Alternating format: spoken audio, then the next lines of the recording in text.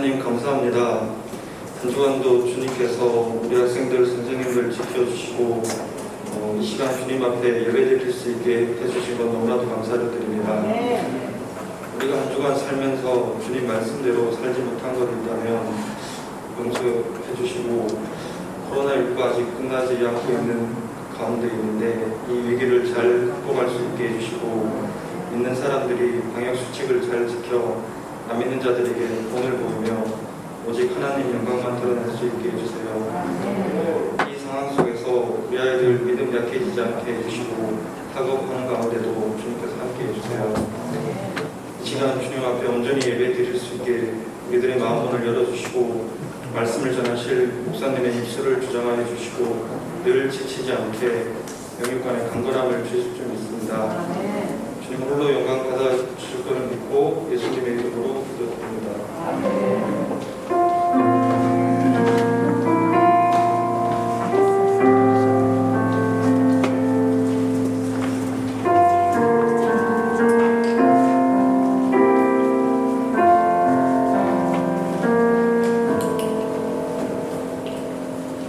할렐루야. 네, 오늘 우리에게 주신 하나님 말씀은 구약성경 다니엘서 6장 25절에서 27절 말씀입니다.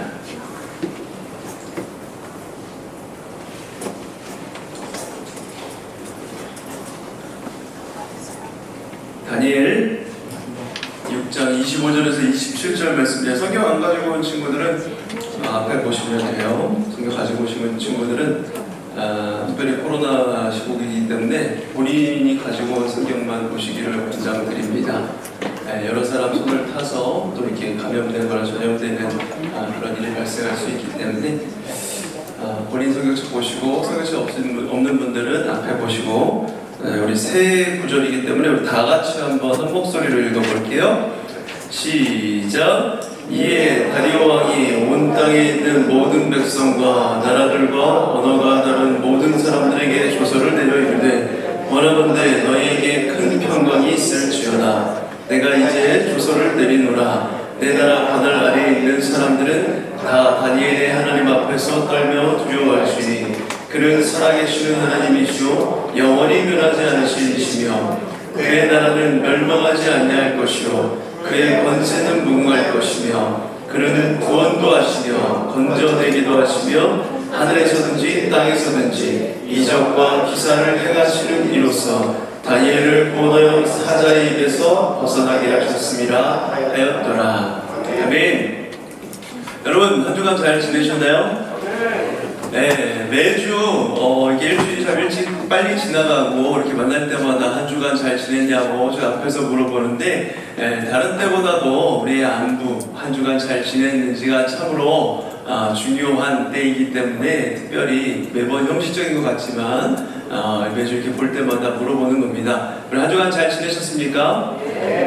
네, 이번 주에 여러 일들이 있었는데 그 중에서도 정부 이제 코로나19 방역 수칙 가운데 특별히 종교시설, 우리 교회들에 대해서 좀 강력하게 권고를 하였죠.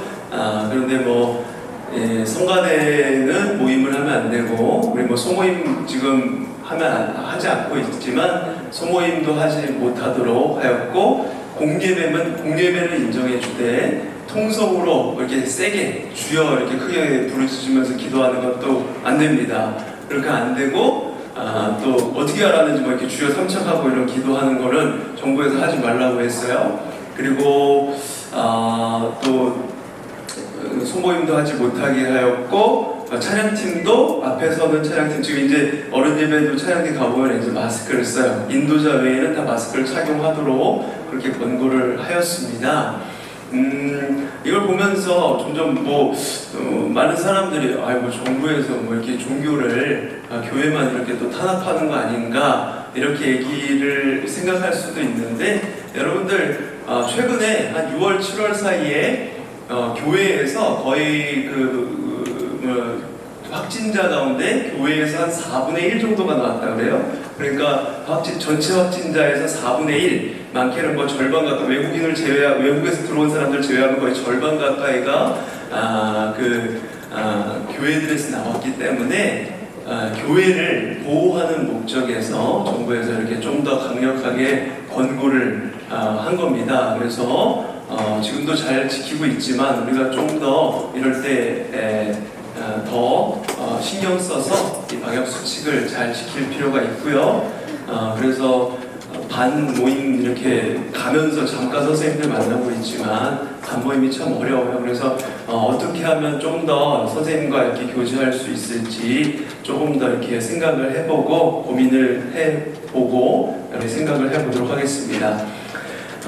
우리가 지난주에 다니엘 말씀을 다니엘 5장 말씀을 봤었죠. 다니엘서 3번 걸쳐서 1장 받고 3장 받고 5장 봤는데 5장에서 바벨론 제국이 끝나는 것으로 이제 새로운 제국이 메데와 페르시아가 이렇게 와서 벨사살 왕을 죽임으로 인해서 바벨론 제국이 끝나는 것으로 5장이 마무리되었습니다. 시작이 있으면 끝이 있어요. 그 강대해 보이고 영원할 것 같은 권세를 누릴 것 같은 그런 제국도 이렇게 하나님의 시간으로 봤을 때는 한 번에 끝나버릴 수가 있습니다. 그래서 저는 다니엘서 요새 계속해서 보면서 생각하는 게 아무리 우리가 끝날 것 같지 않은 이 코로나 지금 몇 달째 지내고 있지만 이것도 언젠가는 끝날 것입니다.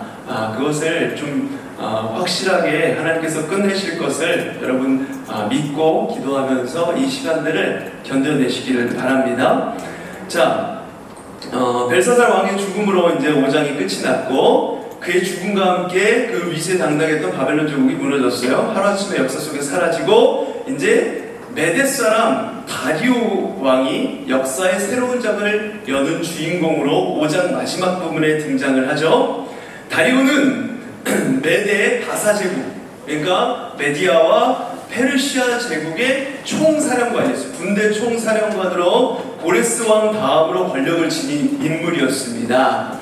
페르시아의 왕이 고레스였고 그 다음으로 권력을 지닌 사람이 다리오였는데 이 메데바사 제국의 2인자였던 사람이에요. 그는 벨사살이 죽던 날, 지난주에 그 바벨론 제국으로 이렇게 물길을 틀어서 이렇게 무혈입성해서 벨사살 왕을 목을 치는데 바벨론 제국의 벨사살 왕을 목을 칠 때 그 목을 쳤던 인물이 바로 다리오입니다. 이 바벨론 제국을 무너뜨리는 이 시국 때에 당시 고레스 왕은 온 세계를 소나기에 쥐고 조금씩 영토를 넓혀가고 있는 중에 있었어요. 마지막 남은 제국이 그 철옹성 같은 바벨론 제국이었는데 그 바벨론을 함락하자마자 이제 한꺼번에 많은 나라들을 통치해야 되는데 그게 한 왕이 혼자 할 수는 없는 거잖아요. 그래서 이 고레스 왕이 바벨론 왕을 무너뜨리는데 혁혁한 공을 세웠던 이 다리오에게 바벨론 일대를 통치하는 통치권을 위임해요. 성경에 다리오 왕이라고 나오지만 사실 역사 속에 다리오 왕이라는 기록은 없습니다. 그런데 나중에 이제 밝혀진 게 바로 이 다리오 왕도 지난주에 벨사살 왕과 마찬가지로 이 바벨론 지역을 왕이 통치하기 힘드니까 맡겨놓은 석정왕, 그러니까 총독의 개념이에요. 바벨론의 총독쯤 되는 위치로 삼은 겁니다. 고레스 왕이 가장 높은 왕이고 그 사람이 파견한 사람이 바로 다리오 왕이라는 소리예요. 시대적인 격변기 속에 통치자가 된 다리오 왕은 120명의 고위관리를 한꺼번에 교체를 해요. 주변에 있는 가장 측근에 일을 열심히 해야 될 120명의 고위관리들을 한 번에 교체해버립니다. 그 위에 3명의 총리를 둬요. 그 귀족들 가운데서도 가장 이렇게 높은 위치에 3명을 총리를 두는데 그 3명의 총리 가운데 1명을 다니엘로 세웁니다. 다니엘이 이 당시에 여러분 지난주에 봤지만 이미 80살이 넘은 나이였어요. 포로였고 80살이 넘은 나이였습니다. 이제 노인이었고 벌써 은퇴해서 벨사살 왕 때에는 저 뒷방 늙은이처럼 이렇게 물러나 있던 사람이었는데 그런 그를 다시 한 나라의 총리로 세운 것입니다. 다니엘은 왕의 기대를 저버리지 않았어요. 왕의 입장에서 볼 때 세 총리 중에서 가장 탁월했던 다니엘이 눈에 띄는 것은 당연한 일이죠. 나이는 많았지만 여전히 뛰어나고 민첩하고 총명한 사람 사람이었기 때문에 눈에 띄었어요. 그래서 다리오 왕은 다니엘을 통해서 실질적인 나라를 통치하려는 계획을 세웁니다. 다니엘을 앞장세워서 그의 지혜를 가지고 이 나라를 다스리려고 계획을 세워요. 언제나 시대적인 이런 어려움 속에, 위기 속에 영웅이 등장하기 마련이죠. 하지만 세상의 이치가 어디 그 영웅을 가만히 내버려 둡니까? 어떤 한 뛰어난 사람이 나타나면 어떻게든 그 주변 사람들이 시기하여서 이 사람을 깎아내리려고 음모를 만들고 함정을 파서 무너뜨리려고 하죠. 정적들이 함정을 파내립니다. 6장의 내용이에요. 이제 6장으로 넘어와서 이제 정적들이 함정을 파고 다니엘을 모함하려고 가진 수를 쓰는데, 그러면 그럴수록 다니엘의 성실함과 정직성이 더욱더 돋보이게 돼요. 아무 허물을 찾을 수가 없었던 것이죠. 그러나 그들이 그렇게 함정을 펴서 막 연구하니까 어떤 한 소득이 생겼어요. 이제 이 다니엘을 한 방에 무너뜨릴 수 있는 기가 막힌 방법을 알아내게 됩니다. 그들은 다니엘이 어떤 사람인지를 정확히 파악했어요. 다니엘이 가장 가지고 있었던 큰 장점이 뭐냐면, 하나님을 그 어떤 것과도 바꾸지 않고 하나님만을 신뢰하고 하나님만을 섬기는 사람이었던 거예요. 하나님의 그 율법과 관련지어서 다니엘을 무너뜨리려고 계획을 세웁니다. 이러한 일을 성사시키려면 빈틈없는 계획이 필요했어요. 그래서 그들은 다리오 왕을 이용하는 거예요. 그렇게 일명 사자굴 작전이 세워집니다. 6장의 내용은 다니엘을 사자굴에 빠뜨리기 위한 반대 세력들이 다니엘을 사자굴로 빠뜨리기 위한 사자굴 작전의 내용이 담겨 있어요. 이 음복군들은 왕에게 가요. 아주 정중하고도 아첨하는 말로 왕에게 인사를 드린 후에 그들은 마치 왕을 위한 계획을 가지고 있다는 듯이 자신들의 계획을 제시하고 그것에 대해서 왕의 허락을 받아서 법으로 만들려고 합니다. 그들이 왕에게 나아가서 제시한 것은 금지법이었어요.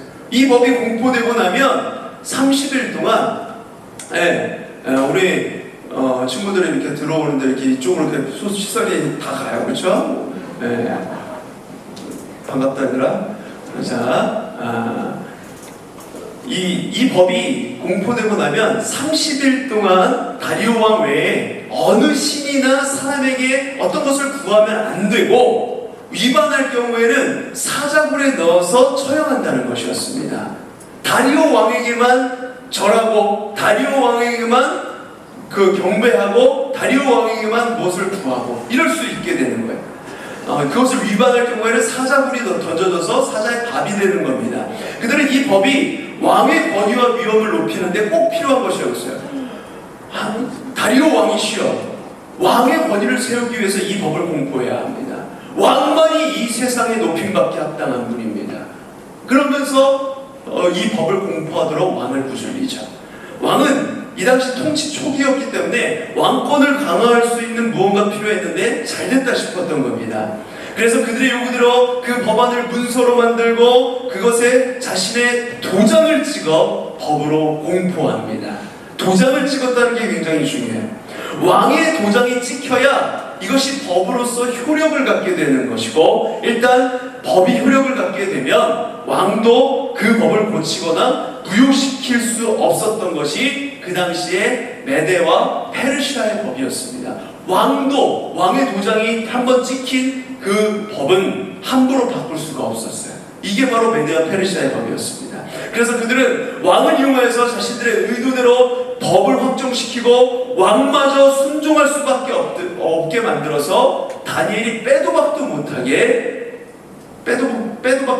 도망가지 못하게 잡으려고 한 것입니다. 이러한 그들의 치밀한 계획이 현재까지는 100% 성공을 거둔 것이었습니다. 9절까지 봤을 때 말이죠. 그렇다면 이 금지령이 내려지고 나서 다니엘이 어떻게 했는지 한번 볼까요? 우리 10절 말씀을 다 같이 한번 읽어보겠습니다. 10절 말씀 시작.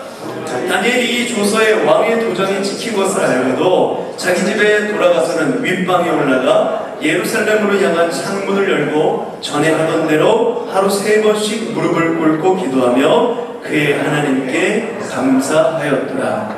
아멘. 다니엘이 어떻게 했다고 나오죠? 이제껏 해오던 대로 전에 하던 대로 했다는 거예요. 다니엘은 그렇게 하는 것이 그 왕의 명령을 어기는 것이고 자신의 생명을 포기하는 것임을 알면서도 여전히 전과 같이 행동했습니다.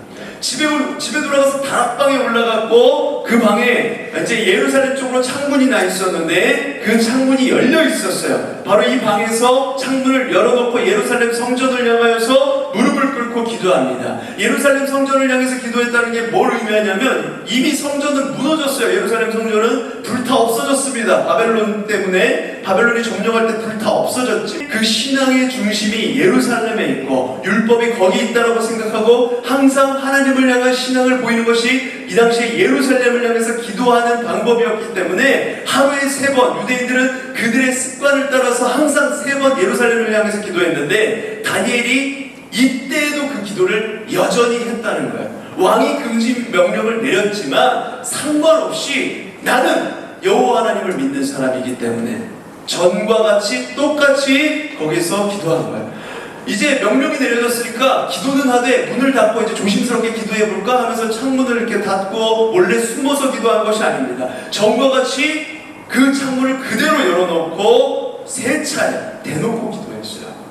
11절에 보니까 그들이 세운 사자굴 작전은 이 음목군들이 세웠던 이 사자굴 작전은 아주 주도면밀합니다. 빈틈이 없어요. 다니엘이 금지령을 위반하는 현장을 목격하되 그 음목군들은 그 목격을 하려고 미리 그곳에 가서 숨어 있었습니다. 기다리고 있었어요. 마침내 다니엘이 그 하나님께 기도하는 장면이 포착이 되었습니다. 13절에 그들이 왕에게 고하는 말을 보면 단순히 다니엘이 한 번 기도한 것만 발견한 게 아니에요. 그냥 한 번 숨어 있다가 다니엘이 기도했다 이러면서 바로 쫄래쫄래 가가지고 왕에게 잃는 것이 아닙니다. 그들은 최소 하루 종일 동안 잠복 근무했어요. 그러니까 하루에 3번 기도했다는 것을 알 수 있었던 것이죠. 이처럼 철저하게 다니엘을 감시하고 관찰하여서 그가 빠져나갈 수 없을 증거를 찾아낸 후에 그들은 이제 왕에게 나아가서 말합니다. 12절에 보면 왕 앞에 나가자마자 그들이 다니엘이 왕의 금지령을 어겼습니다 라고 신나서 먼저 이야기하지 않아요.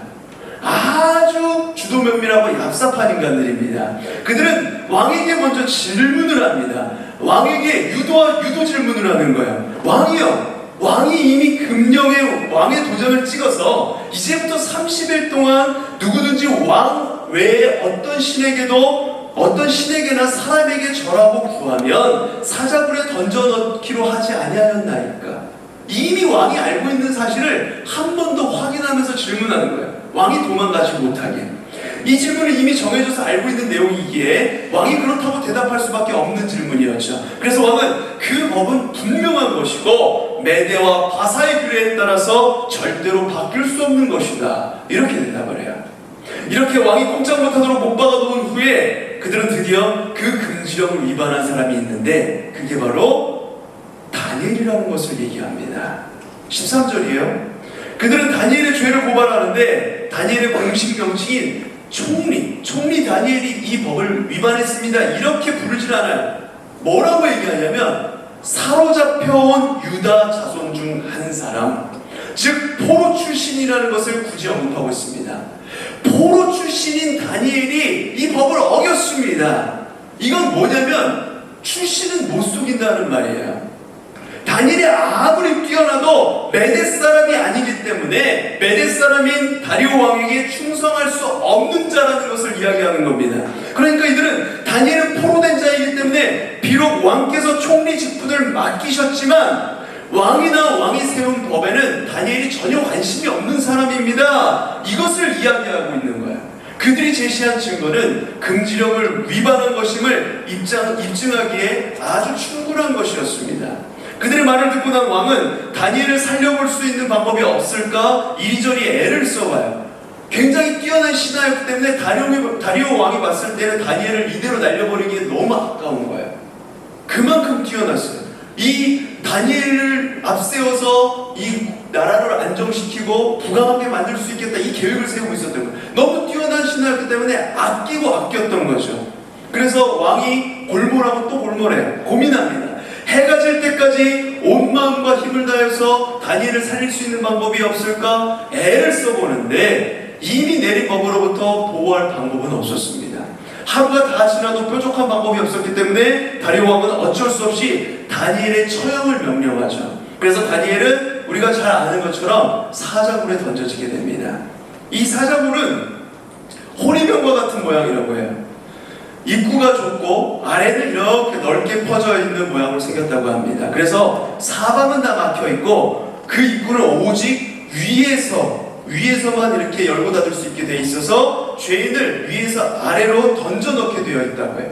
밑으로 이렇게 파져 있는 겁니다. 호리병처럼. 왕의 명령을 받은 자들은 다니엘을 데려다가 이 사자굴에 던져 넣습니다. 그리고는 돌을 굴려다가 그 입구를 막고 그 입구에다가 왕과 귀족들의 도장을 찍어서 아무도 열지 못하게, 돌을 굴리지 못하게 찍어서 봉인해버립니다. 그 누구도 이제 다니엘을 구할 시도를 할 수조차 없게 만들어버린 것이죠. 왕은 그러고 궁으로 돌아와서 금식하고 모든 즐겨 행하던 그 일들을 패해버립니다. 안 해버려요. 그만큼 다니엘의 죽음에 대해서, 다니엘이 죽게 된 것에 대해서 마음 아파했다는 것이죠. 다니엘을 정말 아꼈던 거예요. 그리고 그는 잠을 이룰 수 없어서 밤을 하얗게 지새웁니다.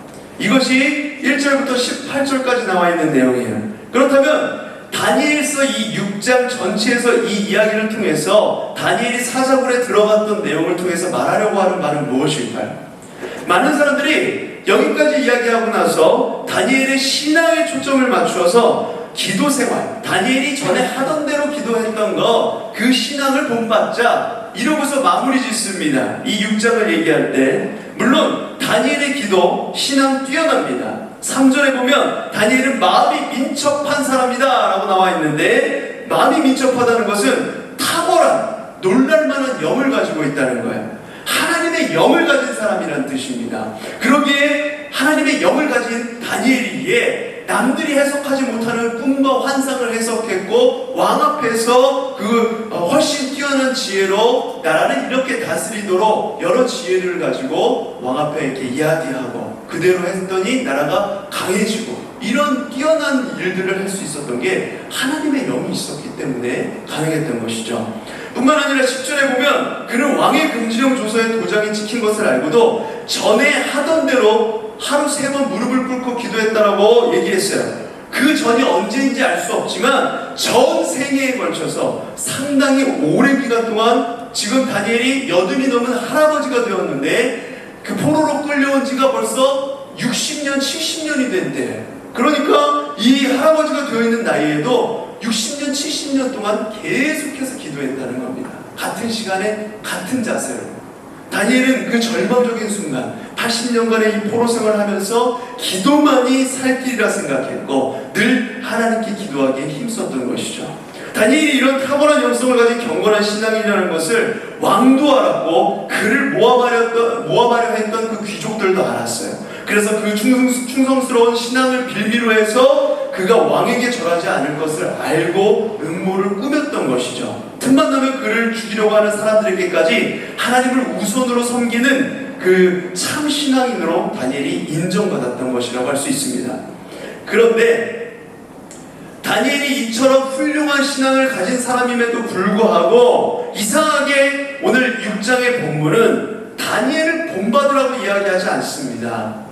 다니엘서 6장 내용을 다 읽어보시면 다니엘의 신앙을 본받자 이렇게 나오는 경우가 없어요. 다니엘이 이런 사람이었기 때문에 이렇게 살아라 이렇게 이야기하지 않아요. 다니엘을 가리켜 하나님의 종이라고 부르기까지 한 이 다리오 왕조차도 다니엘이 사자굴에서 살아나온 후에 그의 신앙에 극찬하거나 온 국민에게 다니엘과 같은 사람을 본받으라고 이렇게 명령하지 않습니다. 왜 그럴까요? 제가 말씀을 준비하면서 느낀 것은 다니엘이 이 말씀의 초점이 아니기 때문에 그렇습니다. 다니엘의 훌륭한 신앙을 본받으라는 것이 이 본문의 메시지가 아니라는 생각이 자꾸 들었어요. 오늘 말씀을 보면 볼수록 다니엘이 주연이 아니라 조연입니다. 그럼 누가 주연일까요? 물론 모든 역사의 주인이신 하나님이 이 모든 성경 내용의 주인이십니다. 성경은 하나님의 이야기니까요. 그런데 하나님 외에 다니엘보다 중요하게 본문에서 다뤄지고 있는 사람이 있는데 그게 누구냐면 다리오 왕입니다.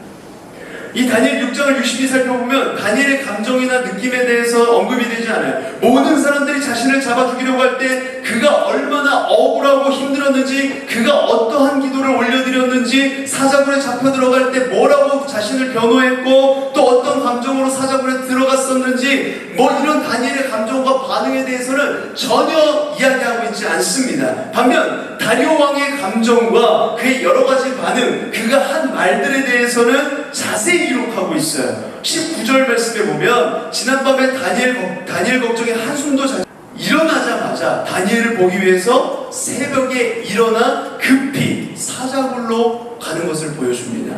만사를 제쳐두고 다니엘을 보기 위해서 가요. 다리오의 마음이 오직 다니엘에게 가 있다는 것을 강조하면서 보여주고 있는 것입니다. 그런데 어째서 다리오 왕의 마음이 그토록 사자굴에 쏠려 있는 것일까요? 그는 자신이 혹시나 하고 소망하던 일의 결과가 어떻게 되었는지를 알고 싶었기 때문에 그렇습니다. 다시 어제 저녁으로 돌아가 보면 16절 말씀에 보면 어제 저녁에 다니엘을 사자굴에 던져 넣을 때 왕은 그에게 네가 항상 섬기는 너의 하나님이 너를 구원하시리라 이렇게 말을 해요. 왕은 다니엘을 살려보려고 백방으로 노력해보지만 어쩔 수 없이 사자굴에 던져 넣을 수밖에 없었죠. 이제 왕이 한 가닥 희망을 갖고 있는 것은 뭐냐면 다니엘이 목숨을 내걸고 계속해서 섬기는 그 하나님이라고 한다면, 다니엘이 그렇게 충직하게 믿고 있는 그 하나님이라고 한다면 혹시 다니엘을 살려낼 수 있지 않을까?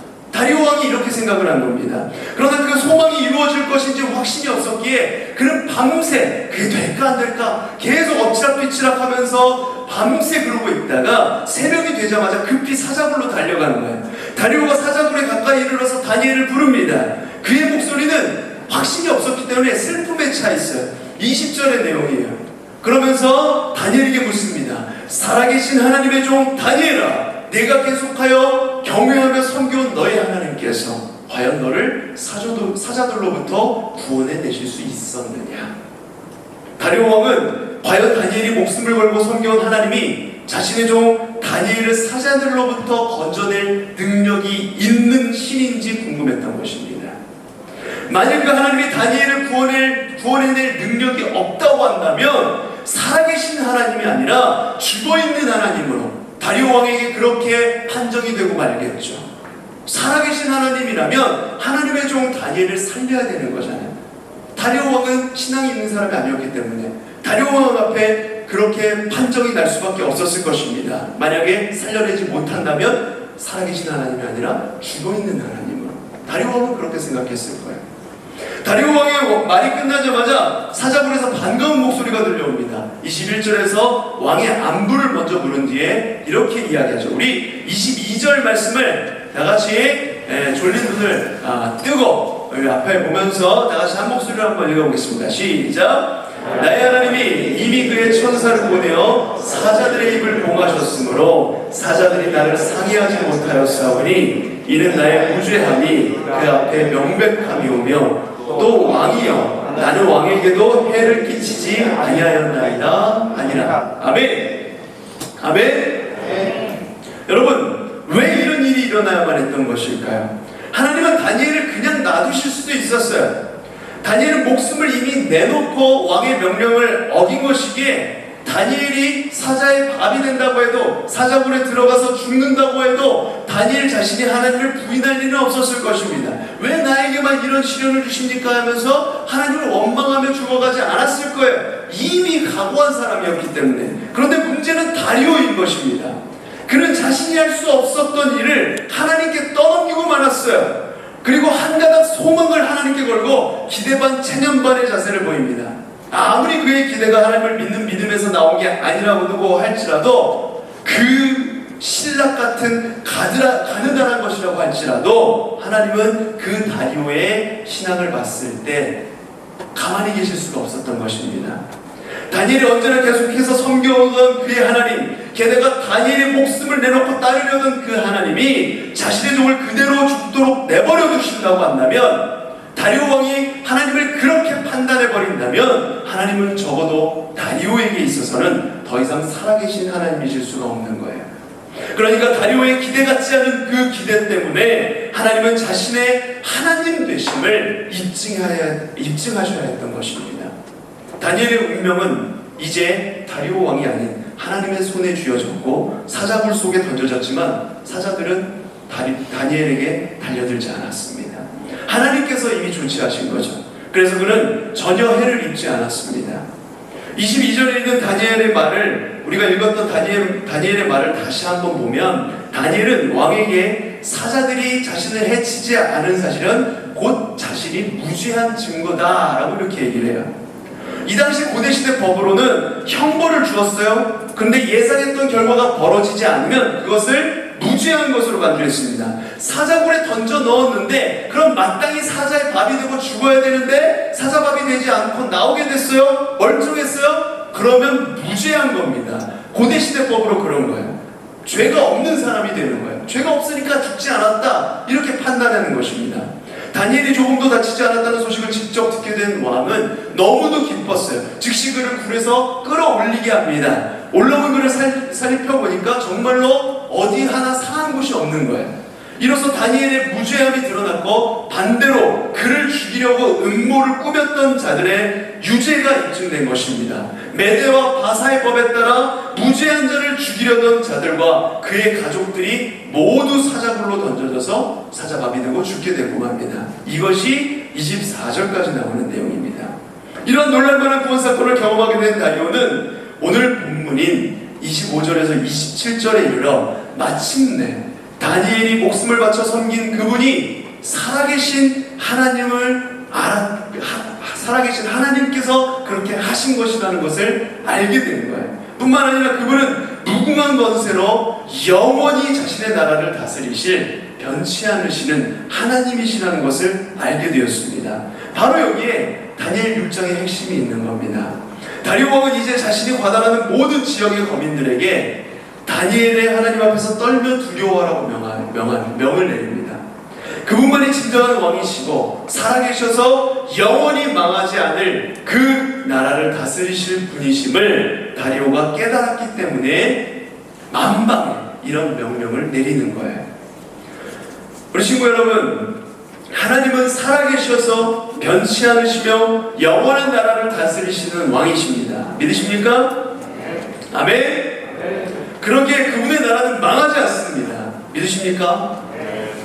하나님께서는 다니엘을 사자굴에 던져내셨다가 건져내심으로써 자기 백성, 곧 하나님의 나라는 인간의 어떤 권모술수나 그 강한 세력에 눌려 망하는 것이 아니라는 것을 모두에게 널리 보여주세요. 그러기에 믿음의 눈을 가진 사람은 하나님께서 다니엘을 건져내신 것을 통해서 회복의 하나님을 보게 되는 것입니다. 장차 그분께서 자기 백성을 포로된 곳에서 이끌어내셔서 약속의 땅으로 회복시키실 것을 믿음으로 바라보는 것입니다. 지금 상황은 힘들지만 그 가운데서 하나님께서 하나님의 백성들을 그대로 두지 않으시고 건져내셔서 회복시키실 것, 이것을 믿음으로 바라보는 것이죠.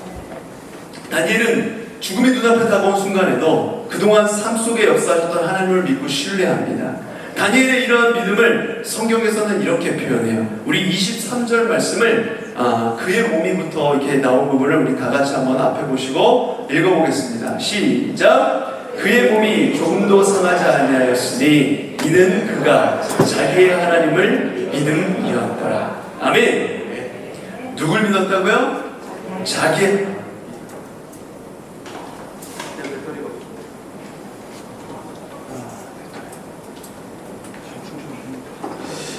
모든 것을 하나님께 내맡긴 것, 이것이야말로 어떤 상황에서도 하나님의 하나님 되심, 그분이 살아계시다는 것, 그분의 나라가 영원하시다는 것을 입증하는 가장 확실하고 빠른 방법입니다. 하나님께서 다니엘을 통해서 다리오 앞에, 그리고 모든 대적들 앞에 이것을 확실하게 증명하신 거예요. 사랑하는 모든 친구 여러분, 하나님은 살아계십니다. 아멘. 그의 나라는 영원합니다. 믿으십니까? 지금 우리가 코로나19로 힘겨워하고 있습니까? 절망적인 세상의 여러 소식들로 특별히 이번 주간에는 정치인의 죽음으로 인하여서 한 정치인의 죽음으로 인해서 온 나라가 슬픔에 빠졌죠. 이런 세상의 여러 가지 흉흉한 소식들로 그리고 가정에서 학교에서 겪는 여러 문제들로 인해서 사자굴 앞에 서 있는 그 답답함 속에 여러분이 살아가고 계십니까? 여러분 기억하시길 바라요. 하나님은 여전히 우리 가운데 살아계십니다. 우리를 지극히 세심한 눈으로 돌보고 계십니다. 이 사실을 기억하며 우리 믿음의 눈을 들어서 살아 역사하시는 주님을 바라보며 신뢰하며 나아가는 우리 고등부 친구들 모두가 되시길 간절히 소원합니다. 우리 시간에 들은 말씀 생각하면서 짧게 합심해서 한번 기도하도록 하겠습니다.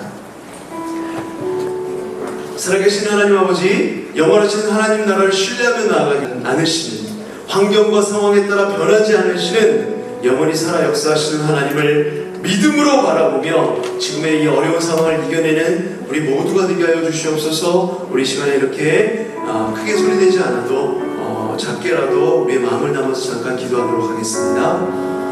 아버지 하나님, 살아계신 하나님을 의지하며 나아갑니다. 영원하신 하나님 나라를 신뢰하며 나아가기 원합니다. 세상의 권력이나 힘에 좌우되지 않으시고 환경과 상황에 따라 변치 않으시고 영원히 살아 역사하시는 그 하나님을 믿음으로 바라보며 지금의 이 어려운 상황을 이겨내며 나아가는 우리 고등부 친구들 모두가 될 수 있도록 하나님 인도하여 주시옵소서. 우리가 사자굴 앞에 서 있으나 그러나 아버지 하나님은 신실하시고 우리를 인도해 가시는 분이시고 우리가 다니엘과 같이 눈으로 바라보며 또 다리오왕 앞에 망방에 드러났던 그 살아계신 하나님을 믿고 의지하며 나아가는 우리 모두가 되게 하여 주시옵소서.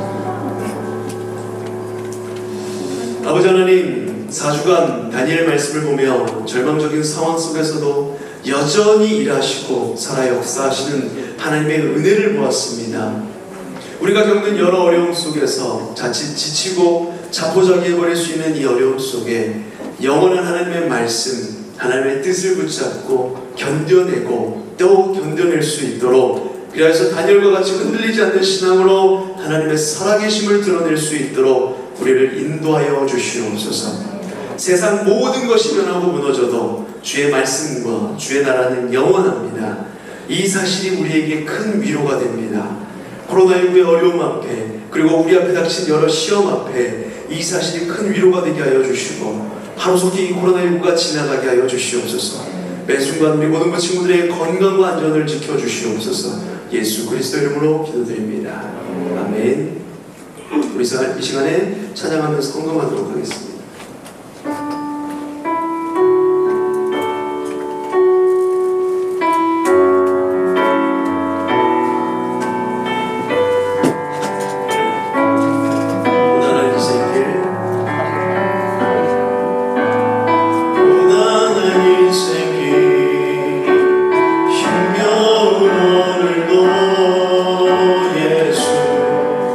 내 마음 아시네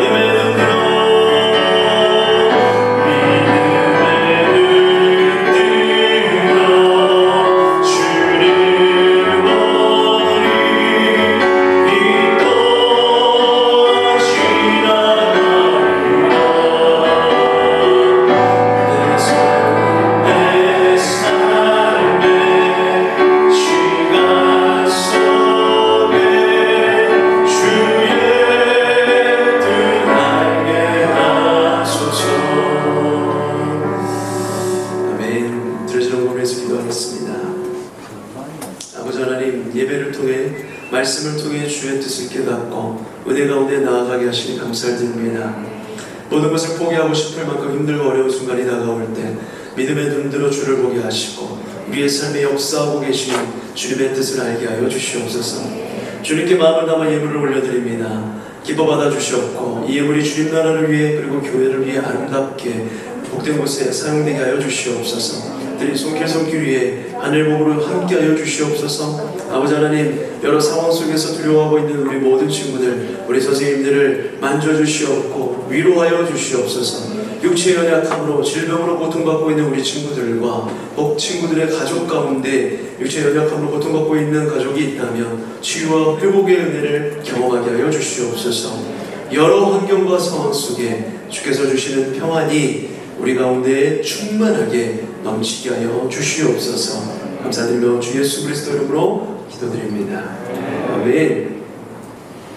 하나님, 주님께서 부르시는 우리 2학년, 3학년 귀한 친구들 주 앞에 나와서 오늘도 예배를 드렸습니다.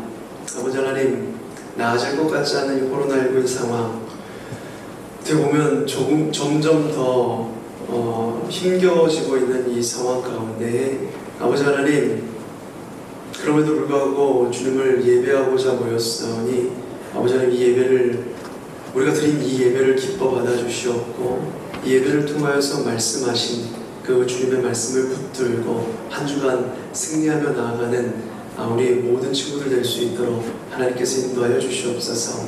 아버지 하나님, 다니엘이 세상 앞에 타협하지 않고 또 다리왕 앞에서 살아계신 하나님을 그 모습으로 증거하였던 것처럼 아버지 하나님, 우리가 여러 어려움 속에서 결국엔 하나님께서 하실 것임을 믿고 쫄지 않고 주님 앞에 당당하게 나감으로 말미암아 세상이 감당하지 못하는 귀한 우리 다니엘과 같은 친구들로 우리 모든 친구들 주님께서 그렇게 만들어 가시고 인도하여 주시옵소서. 이제 문을 열고 나가면 세상입니다. 세상 가운데 빛을 발하며 나아가는 우리 모두가 될 수 있도록 붙들어 주시옵소서. 이제는 길이요 진리요 생명 되신 예수 그리스도의 은혜와 성부 하나님의 다함없는 사랑하심과 성령 하나님의 함께 하심의 은혜가 우리 가운데 여전히 살아 역사하고 계시는 여호와 하나님을 믿고 여러 어렵고 힘든 순간에 주께서 주시는 은혜를 붙잡고 견뎌내기 원하는 우리 모든 고등부 친구들의 머리 위에 사랑하는 고등부 교사 선생님들 위해 모든 가정과 교회 위에 이 시간에는 코로나 바이러스로 고통받고 있는 모든 환우들 그리고 정부 관계자들 의료진들 위해 이 나라 이민족 온 세계 열방 위에 이제로부터 영원까지 함께 하실지어다. 아멘.